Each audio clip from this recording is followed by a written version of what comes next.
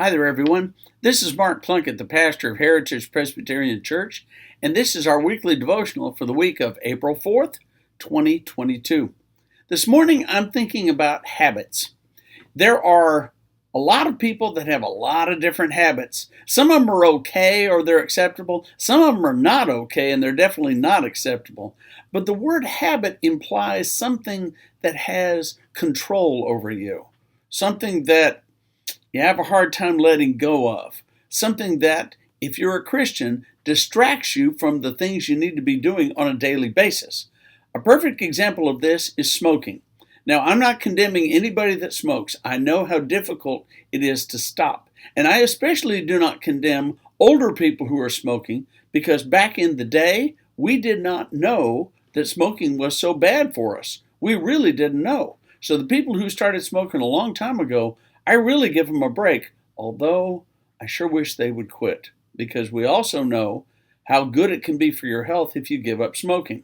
Now, this reminds me of a time when my grandmother quit smoking. My grandmother was one of the most amazing people I ever knew, and I've told multiple stories about her in church and in sermons and in the various videos that I publish. But she, as indestructible as she was, and she never, ever, ever missed a day of work, not for anything. There was one time when she was sick, really, really sick, for 6 weeks. She was in bed. I don't remember her going to the hospital, but I remember we really couldn't see her because she had what was called the Hong Kong flu.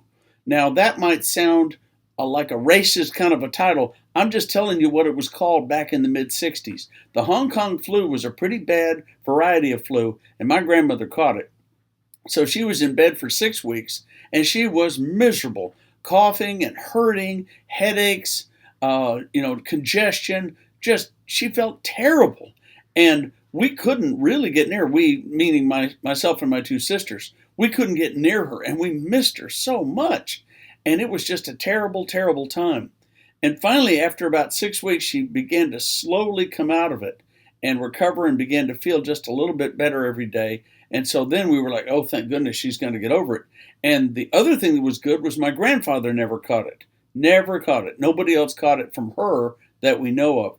Well, toward the end of the time, my mother was over there one day taking care of her, maybe doing some laundry, bringing her some soup, things like that. And all of a sudden, my mother said to her, Mama, do you realize you haven't smoked in 6 weeks? And my grandmother kind of started. It's like, you're right, I haven't. And my mom said, why don't you try and give it up? And so my grandmother pretty much never picked up another cigarette again after that. She swore that when her body was fighting off the Hong Kong flu, it was also fighting her nicotine addiction. So that was probably why she felt so incredibly bad. I think maybe there's something to that.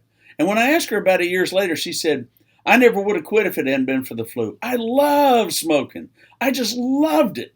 And that part I really don't get. I don't see how anybody could love it. But she did. She did. And I do remember her smoking.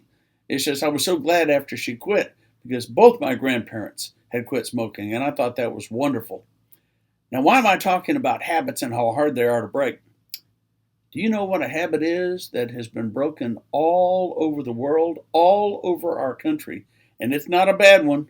It's a good one. People going to church on a regular basis. There have been a lot of people that going to church on Sunday or whatever day of worship you choose is a habit.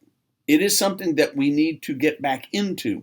There are people that if they don't go to church on Sunday, they feel weird. I'm one of those people, but I know a lot of people that do. If they don't go to church on Sunday, it's not a bad thing. It's okay if you don't go once in a while. I mean, I take days off during the year when I don't go to church on Sunday, but it feels odd. It feels weird. It feels strange. I miss going to worship. I miss seeing all the people in my church. And when I used to be a member of a church and I didn't go, I felt kind of guilty, and I also missed the people that I always saw. I missed the worship. We need to get back into the habit of going to church. We've got more than a dozen people. Matter of fact, the last time I counted, it was 17.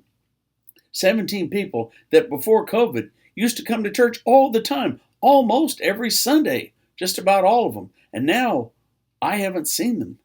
in more than 2 years, and I miss them. I know they're around. I know they're okay, but I miss them. So, folks, there are habits that we need to get back into, like the good ones that take care of ourselves. Walking every day, that's a good habit. Not smoking, that's almost a new habit, isn't it? Going back to church, that's a good habit.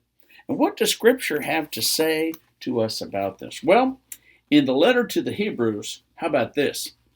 Let us consider how to provoke one another to love and good deeds, not neglecting to meet together, as is the habit of some, but encouraging one another, and all the more as you see the day approaching. Paul meant the day of the end of the world. Now, we don't know what Paul was talking about because the world didn't end in his day. But folks, in our day, who knows? Get back into the good habit of going to church.